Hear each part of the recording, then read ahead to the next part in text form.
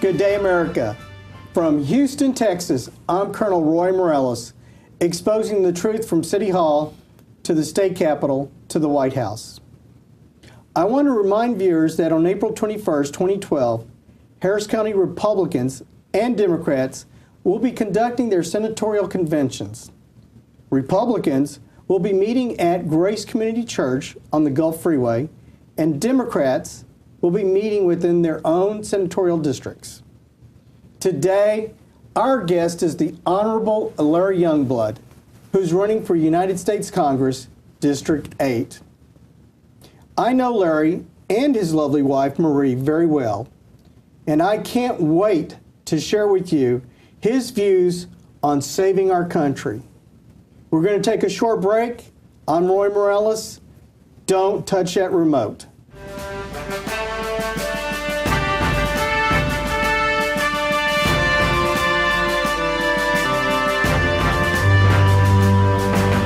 Welcome back to We the People. We're very fortunate today to have another congressional candidate, the Honorable Larry Youngblood. Larry is running for District 8. Larry, to begin the interview, what do you want the people of District 8 to know about you to be comfortable and confident that their vote for you as a man and a family man and a businessman? Well, Roy, thank you. I'm sure glad to be here. I guess the first thing I want people to know is that I will bring back a fighter for our district. We need to have a fighter in Washington because right now we have one of those guys who goes along, gets along. He's ascended into leadership over the last 22 years, and it's his responsibility to make everybody play along. And at this juncture, we need someone who is going to fight for the district, the constituents of the district. My wife and I, we spent our life here in Cy-Fair area. My ancestors were from Grimes County all the way up to Leon County. We love being in the district as a whole. We have to go forward and do the things for our district that are not being done right now. Right now, it appears that we have a congressman who represents Washington, D.C. and the PAC money and does not represent what's going on down here in District 8. Well, sometimes I wonder if he represents Democrats. You know, I ran against Gene Green in the 29th District in the last cycle, and your opponent, Kevin Brady, sounded like he was a big supporter of Gene Green, the man that was for cap and trade, that actually got cap and trade out of the committee and onto the House floor. Cap and trade is one of those issues, is what I refer to, and we had many of them, that I'd just call a scam. You're going to offer credits to one industrial outfit versus another industrial outfit to allow them to pollute in a better way. They make it, in a way, legally. You can a lot of people make money off those credits now, well, don't they? Al Gore's right in the middle of that, and that's not the person I want to be associated with at all. I agree with you. But Larry, what's always asked of a candidate, and I think very important, is why are you running? Again, I looked up and I saw the leadership, and I saw the leadership doing things we did not want them to do. I attended a couple of Kevin Brady's town hall meetings, and twice he said, well, I know y'all didn't want me to vote for that debt ceiling, and he got an applause on that because we did not want him to vote for that debt ceiling raise. That debt ceiling raise was again, a pure scam. This thing called a super committee that had 6 Democrats and 6 Republicans with a heavy burden of $600 billion military cut hanging over its head. Well, Mr. Obama looked at that, and whoever negotiated it for our side, and said, wow, I'll take $600 billion of military cuts right now. You Democrats don't negotiate, just let it go to the wall. Well, if you recall, as I do, that the first stimulus package, your opponent voted on that and then started backstroking after that vote. Well, again, from the standpoint of in the Bush days, when we had the big bank bailout, the so-called TARP, my opponent was the only Southeast Texas Republican to vote for that. Not Ted Poe, not Louis Gohmert, not John Culberson, not Michael McCall. He was the only one because he's gotten himself into leadership now, and he responds to leadership, not to the citizens of Texas. Well, it seems like he's just forgotten about the residents of District 8. I know he comes back and spends a lot of time attending town halls and those kind of things, but he pretty much just lays on a show. and goes back to Washington to come up with another little scam to fix some other thing. He's gotten hot here lately on the Fed. Ron Paul's done a good job of making the Fed everybody's topic, and so he's come back with his little thing called the Sound Dollar Act, which is, again, very much a scam. He goes after a couple of points in this bill, and actually one of the points in that bill is that there'll never be any big bank bailouts anymore. Him being the only one who voted for it in the first place. Well, of course, of course. Well, we're going to go on a break here in a second, but why don't you tell the viewers where they can find out more about Larry Youngblood? Okay. I do have a website. It's Larry Youngblood 4, that's the number 4, Congress.com, Larry Youngblood 4 Congress. I do have a Facebook page, Larry Youngblood 4 Congress, and hopefully you can find everything you need there. I do have my email address, so you can send me questions, and I thank those people who do. We'll probably get back to it again later in the program. We're going to take a short break. I'm Roy Morales. Don't touch that remote.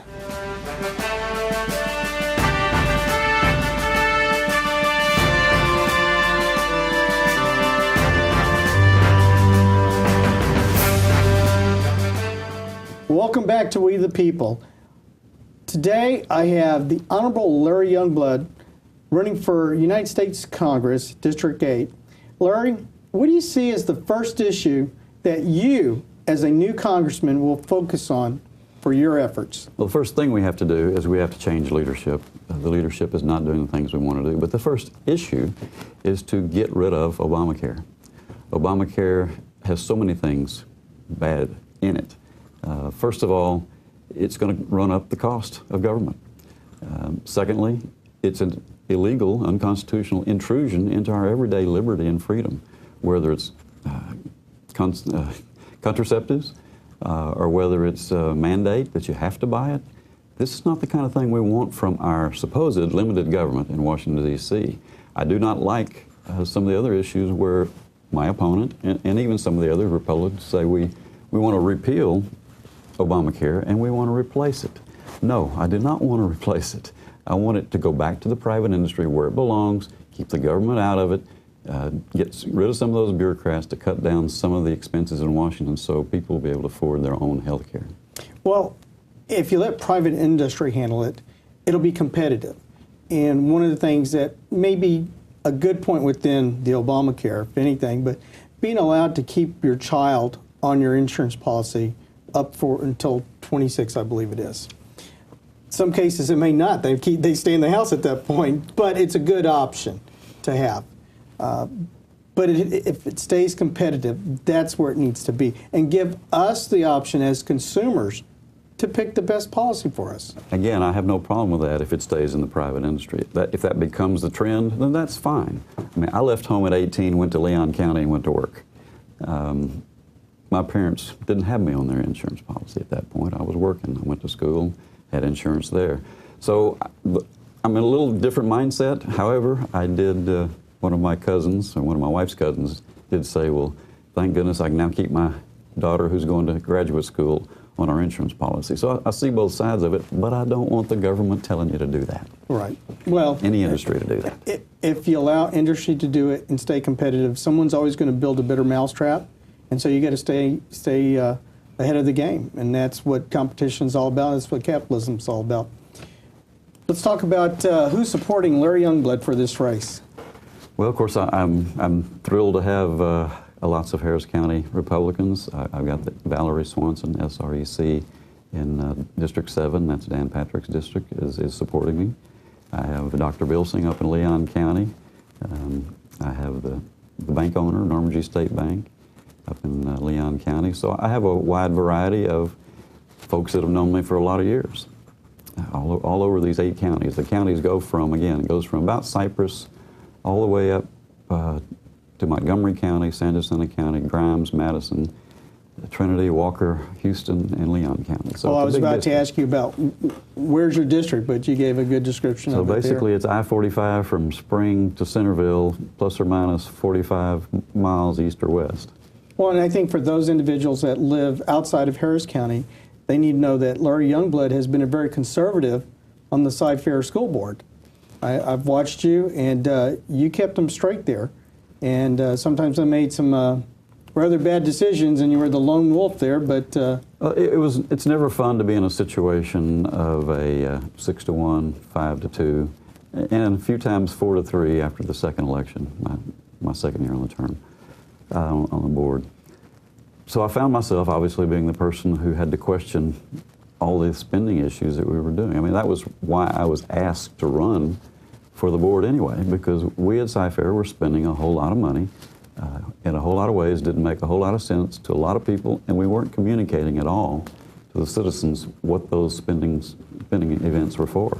Well, we're going to come back and talk about a little bit more about the district. We're going to take a short break. This is Roy Morales, We the People.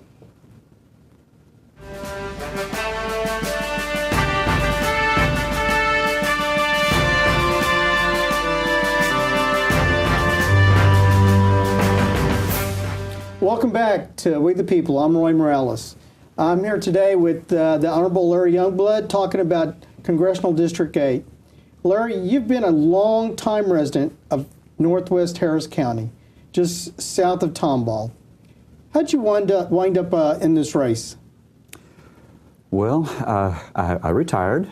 I expected to retire to Leon County. I've got a nice little house, a block off the lake with nothing but woods between me and the lake and woods behind me. It looked like a very good thing to do. My wife and I spent a good number of years running our own business, oil and gas exploration business. We raised our family there, but it was just time to retire. And then I got up there and was redistricted into Kevin Brady's district. And I had had enough run-ins with him over the years that I knew I did not want that. I did not want him representing me. So I decided that I would jump in that race and try to see if we could turn this thing around up in Washington, because spending is so far out of control right now. And over the last 12 years since he ascended into leadership, this country spent added $12 trillion to the national debt. And so once he became my representative, so to speak, somebody had to run against him. Somebody had to go out for the representatives to support the other representatives like a Ted Poe and Louis Gohmert, try to keep those prices down, try to keep that spending down, try to absolutely keep the taxes down, because we're going to have a tax mash here at the end of the year if we don't change things. Well, I wonder if Kevin Brady's ever had a math course. Apparently he doesn't get numbers, or maybe he's had a statistics course and he kind of makes the numbers work his way. But I'm impressed. You have a major in physics and a minor in mathematics. You understand numbers. Well, I do. I'm very impressed. I have enjoyed numbers. Obviously, at the time I went to school, every one of us expected we would be working for NASA, that we'd be in Mars by now and heading toward Jupiter, but that didn't quite happen. Things kind of turned around. But I like to deal also in a very simple equation. Borrowing plus spending equals deferred taxes. Well, I think he forgot that course too. Well, I tell you what, the whole Congress has seemingly forgotten that course, because you have to have this payroll tax deduction. Every congressman wants to give their constituents a tax deduction. But we took $200 billion out of Social Security Trust Fund, gave it to the working people, that's fine, but then we went out and borrowed money to make up for that $200 billion. We can't continue to do that, and our kids survive. Oh, it's just a shuffle game of money. That's all they do, Washington, D.C. Shell game farce. Speaking of money, your opponent has come under a lot of scrutiny with his votes on the big bank bailout and the debt ceiling deals. What is your view on spending tendencies?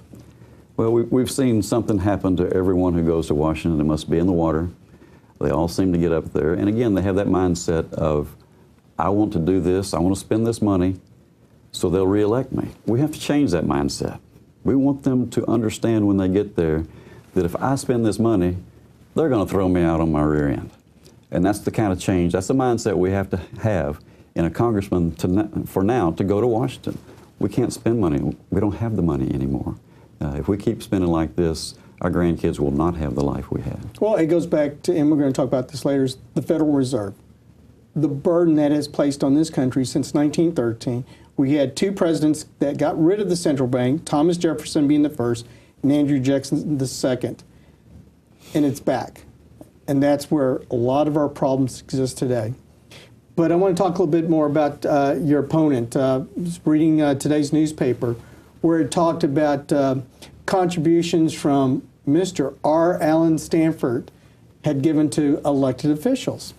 And one of them being Mr. Kevin Brady, who to this point hasn't designated where he's going to send that $2,000 that he received from Mr. Stanford, if he's going to send it to charity or if he's sending it back. What do you think about that? Well, I'm sorry I missed that article. Obviously, I've been watching his contributors very closely, not closely enough, but all his contributors are basically from Washington, D.C. and Virginia as PAC money. Yes, he gets some money out of lawyers and apparently financial analysts in around Houston. Well, they'd say that they're financial analysts. Not the way I do finances. But in this case here, what I've seen that Senator Cornyn has given back the money to charity. Pete Olson, I believe, has given back the money directly to Stanford in some way or fashion, and others have. Kevin Brady's the only one that is showing the big unknown. And with that, we're going to go to break. I'm Roy Morales with We the People.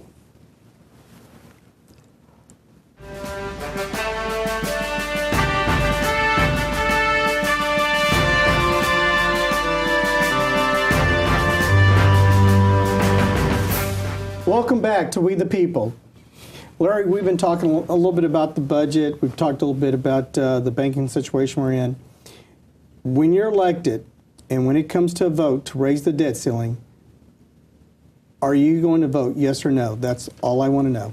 I've committed to never voting for a debt ceiling raise. We can't. That's what I'll call my poor man's balanced budget. That's what I'm here. I'm going to hold you to it now. That's not a problem. With all the other candidates I'm bringing on here that want to go to Washington, D.C. Here's another one I want to talk about. Will you vote no on the next time the Patriot Act comes up? I will. I got myself in a whole lot of trouble with my constitutional friends early on in this, and in 2001, when I said, okay, I can live with it for a couple of years, then I want it off. Well, I should have known better that once they do something, they don't take it off. Now, I've seen that happen before with the NDAA, if you recall that little thing we had on military spending. There were two very unconstitutional paragraphs in there, and the explanation I heard was, well, Larry, we had to get the military pay out, and we'll come back later, and we'll take those two paragraphs out. Here we are 6 months later, those two paragraphs are still in there. Now, Mr. Obama said he would never use those to detain a citizen of the United States. I'm sorry. I don't have his back, and I don't think he has mine. I don't believe him. And I feel appalled that stayed in there. I called several congressmen. It went before our senators. They still voted for it. As a military member, don't pay me. Or don't pay my retirement check. I would rather that be removed before you pass that budget, because it steals a lot more from me than just a few dollars. It steals my liberty, my children's liberty, my grandchildren's liberty. Was inappropriate, completely inappropriate. And I hope you will take care of that NDA as well. One of our congressman friends said, well, Larry, you just don't understand. Sometimes you have to make a deal. And I just said to him, you're right, I don't understand. You never make a deal with liberty. And I hope you take that to Washington. I absolutely will. We can never do that. That's what this country is based on, and that's why people have been coming here for over 200 years now, is because of the liberty. Speaking of liberty, one that has too much liberty, something called the Federal Reserve Central Bank. Okay. Where do you stand on that? Well, I wish we had a better way, which we don't have right now. I'm very disappointed at the way it's been so secretive. There's a new bill out called the Sound Dollar Act that purports to have them release their records in 3 years rather than 5 years. That doesn't give us any transparency and any kind of oversight or accountability. I think we can do a better job than that and the other little pieces that include that, which is going to cut the dual mandate that you hear about the Fed, unemployment and inflation. Focus them on inflation? Okay, but who's going to do unemployment? There's a lot more that needs to be done on that. The Fed is not something that we can allow to continue to print money, because we have $4 gas now. 45 cents of that at least is purely QE1 and QE2, the printing of money, the devaluing of the dollar, such that our gasoline is now 45 cents more than it should have been, just because we devalued the dollar. And you make a good point. Your opponent and many other current elected officials never talk about that, except maybe Ron Paul and maybe Rand Paul. But that's very important. People need to understand, and young people are starting to get it, about what is the Federal Reserve. It's time to end the Federal Reserve, just as it was done by Jefferson, just as it was done by Andrew Jackson. We should be printing our own money, not having somebody else print it for us, paying us a fee to print for us, and then charging us interest on that money. Would you do business that way? No, I wouldn't. Obviously, it allows them to have a scapegoat, and that's really what it is. Well, it should be a function that is either going to be independent totally, or it's going to be within the government in some manner that makes sense. Right now, we have this kind of dual role of partially government, partially private, but we don't get the information. If we're going to have them give us their transaction reports from 5 years to 3 years, why don't we just take it to 6 months after the end of the year? Well, I think we need to take a serious look, and you will. We're going to go to a short break, and then we're going to wrap this up for the day. This is Roy Morales with We the People.